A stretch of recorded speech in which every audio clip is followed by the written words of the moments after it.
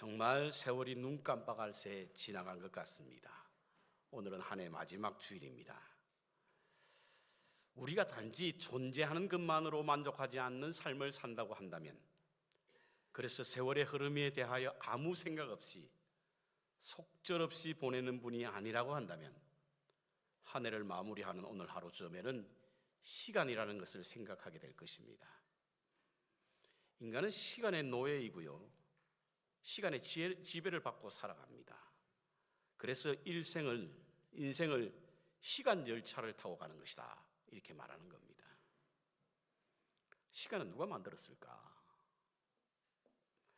창세기에는 밤과 낮을 하나님이 만드셨고, 낮에는 빛 그리고 밤에는 어두움을 통해 날, 곧 하루라고 하는 이름을 붙였다라고 성경을 기록하고 있습니다.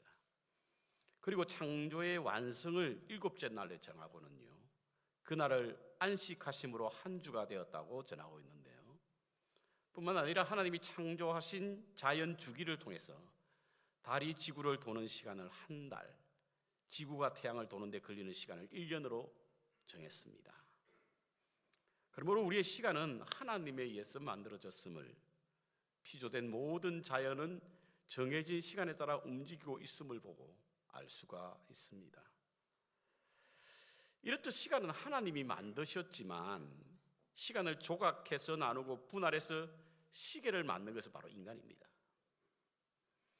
그러니까 하나님이 발명한 시간을 인간이 시계를 발견함으로 그 흐름을 파악하고 인지하게 되었다라고 하는 사실인 겁니다. 시간 박물관을 쓴 엄베르토 에코라고 하는 분이 쓴 시간의 박물관이라는 책에 보면요, 인간의 가장 위대한 발견은 바로 시간의 발견이다, 이렇게 말을 했습니다. 왜냐하면 시계의 발견은 인간 문명을 크게 앞당겼기 때문이다, 이렇게 그 책에서 소개하고 있습니다. 시간의 발견을 통해서 인류는 시간의 흐름을 감지하고 잴 수 있도록 만들었고, 이것이 바로 문명 발달을 가져오게 된 원인이 됐다라고 말하는 거죠. 시간의 흐름을 인식하지 못하는 다른 생물체들은 문명이 없습니다, 여러분. 그래서 발전도 없는 것이죠. 동물이 1000년이 지나도 오늘날 동물과 다를 바 없는 것은 그들은 발전하고 있지 않기 때문인데, 그 이유가 바로 시간의 흐름을 인지하지 못하기 때문이라고 하는 것입니다. 시계를 통해서 시간을 정하고 그것에 매듭을 지을 수 있게 함으로 말미암아 인류는 끊임없이 발전하고 발달하게 된 것입니다. 왜냐하면 한 해를 마무리 짓는 매듭을 지음으로 말미암아 새로운 일에 대한 도전과 동기부여를 할 수 있기 때문에 시간을 정하고 그 시간에 매듭을 짓는 것은 매우 중요한 일이라고 할 수 있습니다. 오늘은 2024년 산의 시간을 매듭 짓는 날입니다. 1년 동안 인생의 실, 끈 혹은 로프로 마디마디를 묶는 것처럼 2024년에 매듭을 짓는 시간이 바로 오늘입니다. 그렇다면 매듭을 짓는 시간은 어떤 시간이어야 할 것인가? 첫 번째로는 기억의 시간이어야 합니다. 기억의 시간, 되돌아봄의 시간이어야 합니다. 흔히 우리가 송년을 영어로 Season of Remembrance라고 부르지 않습니까? 그러니까 기억하는 시간이라는 이야기죠. 되돌아보는 시간이라는 뜻입니다. 한 해를 지내오면서 지나온 시간을 기억하는 날이기 때문에 그렇게 부르는 겁니다. 이맘때면 각 언론사들은 가장 기억에 남는 10대 뉴스를 선정하고 발표하고 지나온 한 해를 돌아보지 않습니까? 이는 다사다난했던 한 해를 기억하면서 슬픔과 기쁨의 순간들을 돌아보기 위함입니다. 그러므로 이 시간은 바로 기억의 시간이라고 할 수 있습니다. 성경을 꼼꼼히 들여다보면 하나님께서는 의외로 우리의 기억을 중요하게 여기는 말씀들이 참 많이 나옵니다. 그래서 어느 지역의 이름이나 혹은 돌에다가 특별한 의미를 부여하고 그것을 기억하게 하기 위해서 기념하게 하는 그런 돌을 세우게 되는데요, 이는 인간은 망각의 동물이기 때문에 어떤 일을 잊어버릴 수 있어 기억하게 함으로 말미암아 하나님이 하신 일을 알게 하고, 그 세대뿐만 아니라 다음 세대에도 하나님이 하신 일을 가르치기 위해서 바로 기억하게 하시는 일, 기념하게 하시는 일을 하게 하셨습니다. 그 대표적인 것이 돌이죠. 돌로 세워서 기억하고 기념하게 했는데요, 돌은 가장 흔하기도 하지만 사라지거나 변하지 않는 것이 바로 돌이지 않습니까? 그래서 아마 하나님께서는 이스라엘 백성들에게 돌을 세워 그것을 기념하게 하심으로 말미암아 하나님의 하신 일을 기억하게 했는데요, 비바람을 깎이기는 하지만 흔들리지 않고 그 모습 그대로 남아있기에 오랫동안 그 돌을 보면서 하나님의 하신 일을 기억하게 하기 위해서 이와 같은 일을 하게 하셨습니다. 그 대표적인 것이 바로 에베네셀입니다. 에베네셀이 뭡니까? 도움의 돌이라고 하지 않습니까? 도움의 돌. 이는 이스라엘 백성들이 자신들의 영적 구심점으로 여기게 되었던 법궤를 블레셋에게 뺏기고 난 이후에 그들은 아무것도 하지 않았습니다. 그 법궤를 가져오려고 아무 일도 하지 않았어요. 그것을 찾기 위한 노력을 전혀 하지 않았습니다. 전쟁을 벌이거나 빼앗아 오려고 다시 되찾으려고 노력하지 않았습니다. 하나님께서 블레셋에게 재앙을 내림으로 말미암아 그 법궤를 돌아오게 했지 않습니까? 그것을 보고 사무엘은 에벤에셀이라고 하는 말을 지으면서 도움의 돌, 하나님이 여지껏 우리를 도우셨다라고 하는 의미를 담아 그 돌을 세웠습니다. 우리도 한 해를 돌아보면서 하나님이 여지껏 도우신 은혜를 생각하지 않을 수 없습니다. 여러분, 우리가 걸어왔던 모든 순간이 은혜이지 않습니까?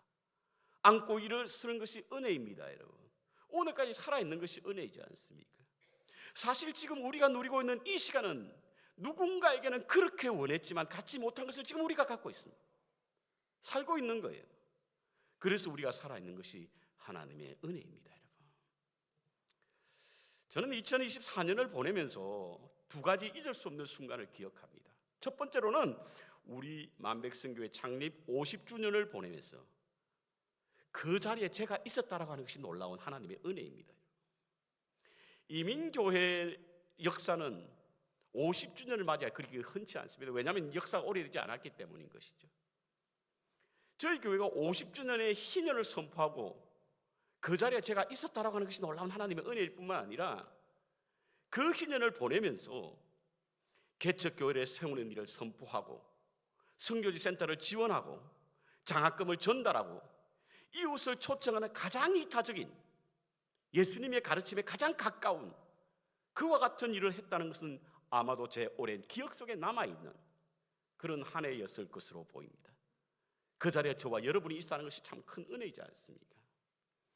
두 번째로는 제 개인적인 오랫동안 기억될 한 해입니다. 많은 성도님들이 아시다시피 저는 망막 폐쇄 질환으로 앞이 잘 보이지 않습니다. 미국에서 몇 사람의 전문의를 찾아서 안구 주사와 레이저 치료를 했지만 혈관에 계속 피가 흘러서 점점 더 시력이 잃어가는 그런 시간들이었습니다. 밤길 운전하기가 두려웠고요, 책도 제대로 읽지 못하였고, 그리고 설교 원고를 제대로 보지 못했습니다. 파워포인트는 말할 것도 없고요. 마음속에 제가 오랫동안 아픔으로 기억되는 것이 어느 날 선교사님이 저희 집을 방문했는데 밤이 되어 맨하탄으로 돌아가야 하는데 차가 없는 거예요. 라이드를 해주고 싶은데 밤에 자신이 보이지 않으니까 두려운 마음에서 그분을 모셔다 드리지 못하는 아픔이 있었습니다. 이대로 포기할 수가 없어서 방법을 찾아 작년에 11월 한국을 방문했지 않습니까? 수술 방법을 찾아서 이곳저곳 4군데 망막 전문의를 찾아갔습니다. 그런데 모두 다 불가능하다는 판정을 받았습니다. 더 이상 제가 할 수 있는 일이 없다고 느낄 때, 제가 더 이상 이 일을 더 이상 노력할 수 없다고 느낄 때, 그때부터 하나님이 일하기 시작하는 놀라운 일을 보았습니다. 지금 제가 원고를 보고 설교하지 않습니까? 여러분, 파워포인트도 잘 보입니다. 저는 이것이 하나님이 일하심으로 보고요, 하나님의 기적이라고 저는 믿습니다. 이것은 단순한 제 느낌이 아니라 비이성적인 믿음에서 비롯된 것이 아닙니다. 저를 치료했고 담당했던 의사가 저의 발전되는, 저의 치료되는 모습을 보고 제약회사에다 리포트를 했습니다. 그리고는 Congratulations 레터가 저한테 온 거예요. 우리가 제조한 이 약이 내게 잘 들으니 앞으로 이 약을 계속해서 맞을 수 있도록 약값을 그들이 제공하겠답니다. 약값이 얼마인 줄 아십니까, 여러분? 한 번 맞는데 1,500불 가까이 드는 약값입니다. 저는 지금 약값을 주지 않고 약을 맞고 있습니다. 이와 같은 결과가 어떻게 해서 이루어지게 되었는가? 저는 그동안 저를 위해 기도해 주신 성도님들의 기도가 있었기 때문에, 그리고 그 기도를 하나님이 외면하지 않으셨기 때문에 오늘 이렇게 여러분 앞에 서서 말씀을 전하고 말씀을 나누게 되는 것입니다. 그래서 저는 그 이후에 제 마음 가운데는 나는 기도의 빚을 진 사람이다, 기도의 빚진 자라고 하는 믿음으로 사역하고 있습니다. 그러니 제 기도가 바뀐 거예요. 우리 성도님들의 아픈 모습을 보면 제 기도가 이렇게 기도됩니다. 하나님, 저의 눈을 고치신 하나님, 우리 성도님들의 병도 고쳐주소서. 저의 눈물을 닦아주신 하나님, 우리 성도님들의 눈물도 닦아주소서. 저의 아픔을 치유해 주신 하나님, 성도님들의 고통에도 개입해 주소서. 기도가 간절해집니다. 언제 한번 우리 한번의 권사님이 롱아일랜드 노셔 하스피ટલ에서 입원하셨다고 그랬어요. 수술을 받는다고 그래서 찾아갔습니다. 토요일 낮이었습니다. 권사님이 그 말씀하시더라고요. 목사님, 토요일 목사님 바쁘신데 어떻게 여기까지 오셨냐고. 그때 제가 그 권사님께 말씀드려서, 권사님, 저는 기도에 빚을 진 자입니다. 성도님들의 기도로 제가 이렇게 목회할 수 있게 된 것이 하나님의 은혜였는데, 그건 성도님들의 기도로 말미암은 것입니다. 그러니 제가 그 빚을 갚아야 되잖아요. 그 기도가 달라지는 겁니다, 여러분. 하나님, 제게 보이신 하나님의 능력을 사랑하는 주의 백성들에게도 보여주시옵소서. 저의 아픔을 거두신 하나님, 저들의 고통에도 하나님 함께하여 주옵소서. 세상의 모든 사람들의 눈물을 다 닦아줘도 모자라지 않을 만큼 큰 수건으로 저들의 눈물을 닦아주소서. 세상의 모든 사람들 다 품어주셔도 모자람이 없는 넓은 가슴으로 저들을 품어주소서. 한 해를 돌아보면서 지난 시간을 기억하며 모든 것이 다 하나님의 은혜였다고 고백하고 싶습니다. 여러분, 제가 누리는 것, 소유한 것이 당연한 것이 아직 않기에 기억하며 하나님의 은혜에 대하여 감사하는 겁니다. 이 시간은 바로 2024년을 하나님께서 우리에게 베푸신 그 은혜를 기억하는 시간이어야 될 줄로 믿습니다. 기억하는 시간입니다. 두 번째로 결산의 시간입니다. 오늘 같은 이런 시간이 되면요, 기업이나 단체는 한 해를 마무리하면서 결산을 하게 되죠. 얼마나 많은 것을 남겼고 얼마나 많은 것을 잃어버렸는지 결산을 통해서 한 해를 돌아보게 됩니다. 그래서 한 해를 매듭짓는 이 시간은 바로 결산의 시간이라고 할 수 있죠. 결산은 어떤 결과에 대해서 비난하거나 비판하기 위함이 아닙니다, 여러분. 스스로 책망하거나 자책하기 위함이 아닙니다. 한 해를 얼마나 열심히 살았는지, 바르게 살았는지 돌아보고 하나님으로부터 평가받는 시간이 바로 이 시간입니다. 하나님으로부터 평가를 받는 것이 바로 이 시간이죠. 그래서 잘못된 것은 반성하고 미진한 것을 새롭게 하기 위하여 오늘 이 시간은 바로 결산의 시간인 줄로 믿습니다. 우리 인간은요, 누구나 완벽하지 않습니다, 여러분. 아무리 열심히 준비하고 노력해도 인간이 가진 한계가 있지 않습니까? 그것으로 인해 우리는 만족스럽지 못한 결과를 가지게 되는 것이 우리의 삶이에요. 그래서 돌아보면 아쉽고 후회함이 있지 않습니까? 미국의 침례교 목사이자 저명한 사역자인 토니 캠플러라고 하는 분이 있습니다. 이분이 95세 이상 된 노인 50명을 대상으로 조사한 내용을 발표한 것이 있는데요, 만일 인생을 다시 살 수 있다면 무엇으로 바꾸고 싶습니까? 만일 우리 인생을 다시금 살 수 있다면, 많은 그 질문에 대한 대답이 다양했었는데요, 세 가지 정도로 추려서 발표한 것이 있는데요, 첫 번째로는 바로 인생을 좀 진지하게 살고 싶다는 거예요. 다시 살게 된다고 한다면 많은 분들이 그와 같은 답을 했다고 합니다. 좀 진지하게 살고 싶다. 그리고 많이 반성하며 살겠다는 거예요. 반성을 많이 하며 살겠대요. 그게 보편적으로 95세 된 50분의 설명조사에서 나온 결과라는 거예요. 두 번째로 모험을 하면서 살겠다. 좀 모험을 하면서 살고 싶다. 왜? 너무 안일하게 살았다는 거예요. 세 번째로는 영원한 것에 투자하고 싶다. 영원한 것을 위해서 투자하고 싶다. 그렇습니다, 여러분. 우리가 사용한 시간은요, 이제 길이가 아니라 두께로 평가를 받아야 될 줄로 믿습니다. 얼마나 많은 일을 했냐는 보다 얼마나 의미와 가치 있는 일을 했느냐, 그것이 더 중요한 거예요. 우리의 시간을 보석처럼 만들고 있는지 볼품없는 하찮은 것으로 만들고 있는지를 결산하고 평가해야 되지 않겠습니까? 옛날 인디언들은요, 말을 타고 한참 달리다가 갑자기 멈춘대요. 갑자기 멈춘다고 합니다.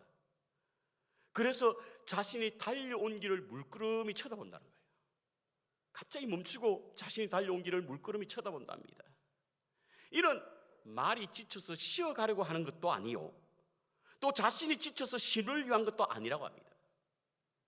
말을 타고 급하게 달려오느라고 자신의 영혼이 뒤쫓아오지 못했을까 봐 자기의 영혼이 자기를 따라올 때까지 기다린다는 거예요. 우리 한 해를 열심히 달렸습니다. 앞만 보고 달리느라 우리의 영혼이 뒤쫓아오지 않고 있는 것이 아닌지를 돌아볼 수 있는, 결산할 수 있는 시간을 가져야 될 줄로 압니다. 여러분, 우리 인생의 결산은 반드시 옵니다. 여러분, 성경이 그렇게 말하고 있습니다. 히브리서 9장 27절 보십시오. 한 번 죽는 것은 정하신 것이요 그 후에는 심판이 있으리라. 로마서 2장 6절을 보십시오. 하나님께서 각 사람에게 그 행한 대로 보응하신다. 에스겔서 18장 20절, 자기 행위를 따라 책에 기록된 대로 심판을 받는다. 요한계시록 22장 12절, 내가 줄 상이 내게 있어 각 사람에게 그가 행한 대로 갚아주리라. 하나님은 심판과 보응 그리고 상의 방법으로 우리 인생을 결산하시겠다는 거예요. 하나님께서 말씀하고 있는 결산의 방법은 어떤 것일까? 마태복음 25장에 보면 여러분 달란트 비유를 너무나 잘 아시죠? 주인이 길을 떠나면서 종에게 5달란트, 2달란트, 1달란트를 남긴 겁니다. 그런데 5달란트를 받은 사람은 5달란트를 남겼죠. 2달란트를 받은 사람은 2달란트를 남겼습니다. 그런데 1달란트를 받은 사람은 그냥 1달란트 그대로 가지고 있었던 거예요. 우리는 그 말씀을 묵상할 때에 하나님은 얼마나 남겼느냐를 보는구나 착각할 때가 있습니다. 그렇지 않아요, 여러분. 얼마나 열심히 살았느냐를 보는 거예요. 착하고 충성된 종아, 내가 작은 일에 충성하였으므로 내게 줄 상이 있다고 말씀하셨는데, 1달란트 받은 사람은 어떤 것이죠? 어떤 삶을 살았습니까? 아무 일도 하지 않았던 거예요. 자기에게 받은 달란트가 분명히 있음에도 불구하고 그것을 땅에 묻어두었던 거예요. 그리고 주인이 돌아와서 그것을 결산하자고 하니까 그는 핑계를 대면서 오히려 주인에게 불평하기 시작하는 겁니다. 내게 1달란트밖에 주지 않았고 그걸 땅에 묻게 되면 당신은 없는 데서 있는 것을 만드시는 분이므로 당신께서 친히 하나가 10개가 될 수 있게 하실 수 있다라고 하는 자기 변명과 자신이 행하지 못한 것에 대한 책임을 그 주인에게 돌리는 겁니다. 루이스 글을 편집해서 만든 책인 천국과 지옥이라는 책이 있습니다. 이 책에 보면요, 우리가 하나님 나라 가면 꼭 두 종류의 사람이 있대요. 두 종류 사람. 한 종류의 사람은 기쁜 마음과 즐거운 표정으로 무엇인가를 열심히 충성하는 사람. 기쁜 마음과 즐거운 표정으로 뭔가 열심히 충성하는 사람이 있는가 하면, 한 종류는 슬픔과 어두운 기색을 띠고 얼굴을 떨군 채 구석 후미진 곳에 앉아있어 슬퍼하는 사람이라고 합니다. 그 두 종류. 이들은 바로 달란트 비유를 해석한 루이스의 변증입니다. 이 땅에서 5달란트와 2달란트를 받은 사람은 착하고 충성된 사람이 살았기 때문에 하나님 나라에서도 열심히 행복하게 기쁜 마음으로 무엇인가 일을 하고 있다는 거예요. 그런데 악하고 게으른 삶을 살았던 한 달란트를 받은 사람은 몹시도 슬픈 모습으로 캄캄해 앞이 보이지 않는 곳에서 슬픈 기색을 하고 있다라고 하는 말씀을 저 책에 소개하고 있습니다. 한 해 동안 주인이 되시는 하나님이 맡긴 시간, 재물, 건강 어떻게 사용하셨습니까? 한번 결산해 볼 수 있기를 바랍니다. 무엇을 남겼는지, 어떻게 살아왔는지. C.S. 루이스는요, 역사를 더듬어 볼 때 이 세상을 위해 가장 많이 일한 사람은 누구인가? 천국을 가장 많이 생각했던 사람이래요. 바꾸어서 말씀드리면 천국을 가장 많이 생각하는 사람은 이 땅에서 가장 일을 많이 하는 사람이래요.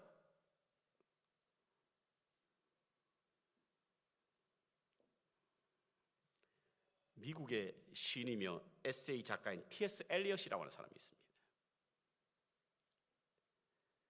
이분은 이런 말을 했습니다. 우리는 죽음 자체가 두려운 것이 아니라 죽음이 끝이 아닐까 봐 두렵다. 죽음 자체가 그 두려운 것이 아니라는 거예요. 죽음이 끝이 아니면 어떡하지? 믿지 않는 사람도 사후 삶의 결산이 있을 수 있다는 생각을 하고 있습니다. 잊지 마시기 바랍니다. 한 해 한 해가 쌓이면 그것이 우리의 인생이 됩니다. 한 해 한 해 열심히 살게 되면 우리의 인생은 착하고 충성된 종으로 우리 주님 앞에 설 때에 결산할 것이 분명히 있게 될 줄로 믿습니다. 왜냐하면 인생의 성적표 결과는 매년 자신이 살아왔던 시간들 속에서 매겨져 있기 때문에 그렇습니다. 그렇다고 한다면 오늘 이 시간은 우리가 지난 한 해 동안 무엇을 위해 살았고 얼마나 열심히 살았는지 결산할 수 있는 시간이 될 수 있는 줄로 압니다. 세 번째는 바로 시작의 시간입니다. 송년은 한 해를 마무리하는 시간이죠. 그래서 하나의 끝자락에 와 있다고 말합니다. 하지만 동시에 새로운 해를 맞이하는 시간입니다. 지금 우리는 송구영신의 시간을 보내고 있다고 합니다. 묵은 해를 보내고 새해를 맞이한다는 뜻이죠. 묵은 해를 보내지만 그것이 끝이 아니라 새로운 새해의 시작이다 라고 하는 뜻으로 말을 하고 있는 겁니다. 우리 영어로 1월을 January라 부르죠. 근데 January는 야누스란 말에서 비롯됐지 않습니까? 야누스는 두 개의 얼굴을 가졌다는 뜻으로 저는 이해합니다. 근데 로마의 달력의 숫자적 개념은요, 디셈버는 10월이라고 합니다. January는 11월이라는 의미죠. 그래서 디셈버라고 하는 뜻은 바로 10이란 숫자의 의미를 가지고 있다고 하는데요.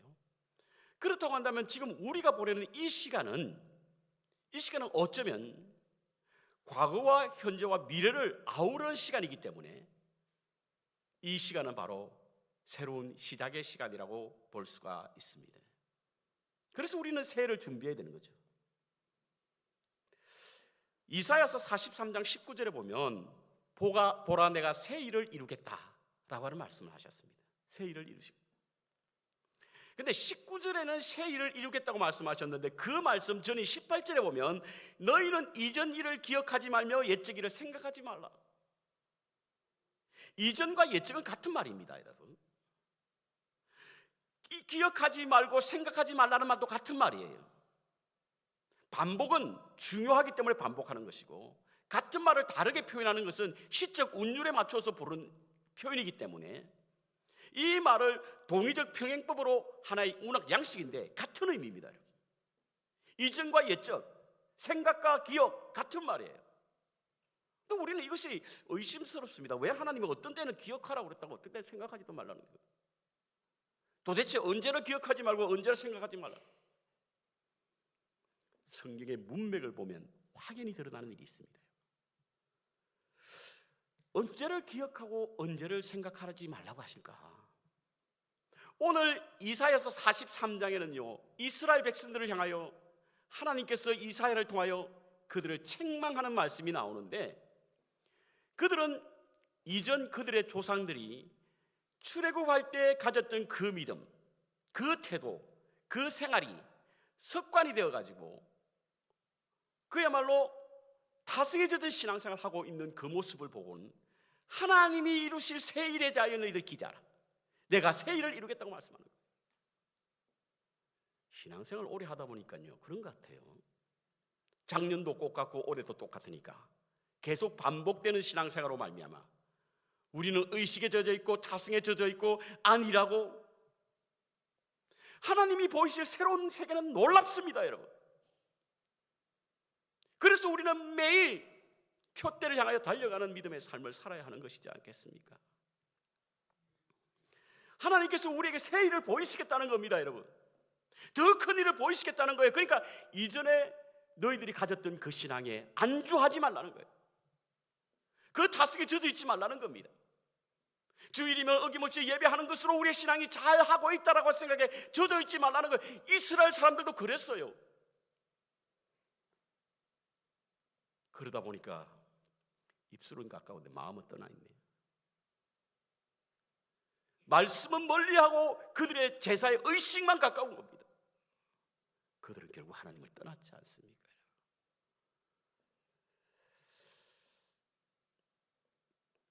우리에게는 날마다 새로움이 있어야 합니다. 저는 우리 소망의 어르신들 놓고 기도할 때마다 하나님 나라가 새로워지게 하옵소서. 매일 아침에 일어나 하나님의 나라를 꿈꿀 때 그 하나님의 나라가 날마다 새로워지는 은혜가 있게 하옵소서. 우리 몸에 있는 모든 세포는요 죽음과 삶을 되풀이하면서 우리를 건강하게 만드는 거예요. 우리의 세포 가운데 죽지 않거나 또 새로운 세포가 만들어지지 않으면 우린 건강을 잃고 결국에는 죽음을 맞이하게 됩니다. 우리의 믿음도 마찬가지예요. 날마다 우리는 새로워지는 믿음의 삶을 살아야 합니다. 이전에 경험했던 것으로 살아왔던 방식으로 신앙을 이어갈 수는 없습니다, 여러분. 타승해졌고 안일한 방식으로 우리를 새롭게 할 수 없는 겁니다. 그래서 이사야 선지자는 이전의 것, 옛적의 것을 매이지 말라. 오늘 본문은 이렇게 말합니다. 그런즉 너희가 어떻게 행할지를 자세히 주의하여 지혜 없는 자같이 하지 말고 오직 지혜 있는 자와 같이 세월을 아끼라. 때가 악하니라.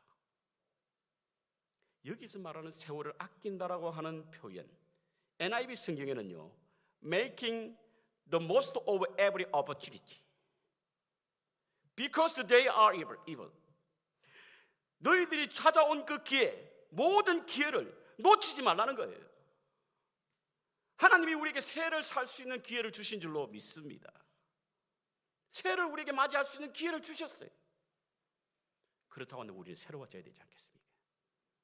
이전에 걸어왔던 그 순간들, 시간들, 그 신앙의 태도에 매여 있을 수 없는 겁니다.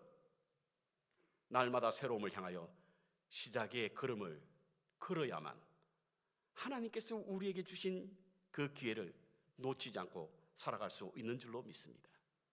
이것은 준비된 자에게 주시는 하나님의 은혜입니다, 여러분. 그래서 이 시간은 바로 새해를 준비하는 시간입니다. 제가 금년에 여러분들에게 기도의 제목을 써서 우리 성부경신 예배 참여하자라고 말씀드린 것은 그냥 아무 생각 없이 살지 말자는 뜻입니다. 뭔가 새해는 좀 새로워지는 어떤 다짐과 결단이 좀 있으면 좋겠다는 거예요.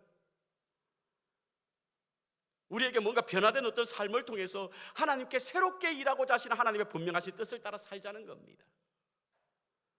그러므로 이 송년회 매듭에 짓는 시간은 바로 시작의 시간입니다. 시작의 시간. 성지순례차 이스라엘 행정수도 텔아비브를 간 적이 있습니다. 그곳에 이스라엘 박물관을 들렀는데요, 그 벽에는 하얀 벽에다 3가지 글자가 있습니다. 과거를 기억하라, 현재를 살라, 미래를 확신하라. 과거를 기억하라, 현재를 살라, 미래를 확신하라. 이 3마디 말 속에는 이스라엘의 민족성과 역사관이 있습니다. 그들은 과거를 기억하면서 현재를 살았습니다. 그리고 그 과거를 기억하며 현재를 삶을 사는 그들은 언제나 미래에 대한 확신을 갖고 살아가고 있다라고 전해지고 있습니다. 과거를 기억하며 현재 일어난 일에 대한 하나님에 대한 하신 일, 그리고 그 하나님이 우리의 미래에 대한 일을 하실 것이라고 하는 확신을 갖고 살았니, 그들이 나라 없는 민족으로 2000년 동안 살았지만 그 나라가 회복되었을 때 새롭게 되었을 때 세계 어느 나라도 넘볼 수 없는 저력을 가진 민족으로 세워졌지 않습니까? 보다 나은 성숙한 믿음과 미래 삶을 위해서 우리는 한 해를 잘 마무리해야 합니다. 하나님의 은혜를 기억하시고 지나온 시간을 결산하시며 새로운 해를 시작함으로 말미암아 한 해를 잘 매듭지으로 또 다른 한 해 하나님이 펼치실 놀라운 일을 기대하면서 새해를 맞이할 수 있는 믿음의 삶을 살아가시는 우리 모두가 되시기를 주님의 이름으로 축원합니다.